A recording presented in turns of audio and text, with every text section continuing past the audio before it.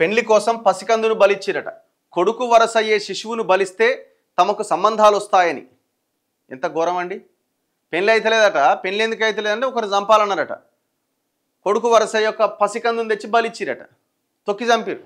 ఏడాది రాజస్థాన్లో జరిగింది. రాజస్థాన్లోని జోధ్పూర్లో 16 రోజుల వయసున్న పసికందును కాళ్లతో తొక్కి చంపిన 4 అమ్మాయిలట. ఏం మాయరోగం వచ్చింది, ఏం దారుణం ఇది. ఎవడో అట బాబా దగ్గరికి పోయిరట. వీళ్ళంతా బాబా దగ్గరికి పోతే ఇగో చేతిలో పసికందుతో ఒక నిందితురాలు బాబా దగ్గరికి పోయిరట. బాబా దగ్గరికి పోతే మీరు ఒక బలి ఇస్తే మీకు 4 పెళ్ళిళ్ళు అయితే అన్నాడట. మరి ఏం చేయాలంటే బలి ఇవ్వాలి. ఎవరిని ఇవ్వాలి? ఎవరో ఒకరిని బలి ఇవ్వాలి.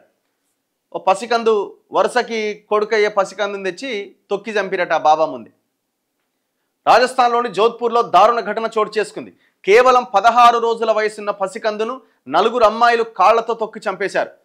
పెళ్లిళ్ళు కావడం లేదనే నిరాశతో కొడుకు వరసయ్యే ఆ శిశువును బలిస్తే తమకు సంబంధాలు వస్తాయని నమ్మిన వారు ఈ దారుణానికి పాల్పడ్డట్టు బాలుడి తండ్రి చెప్పిండు.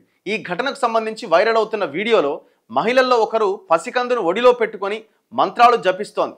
ఆమె చుట్టూ కూర్చున్న మిగతా మహిళలు కూడా ఆ జపంలో పాలు పంచుకున్నారు. స్థానిక దేవత అయిన భైరును ప్రసన్నం చేసుకోవడం కోసం ఈ తంతు చేసినట్లు అధికారులు తెలిపారు.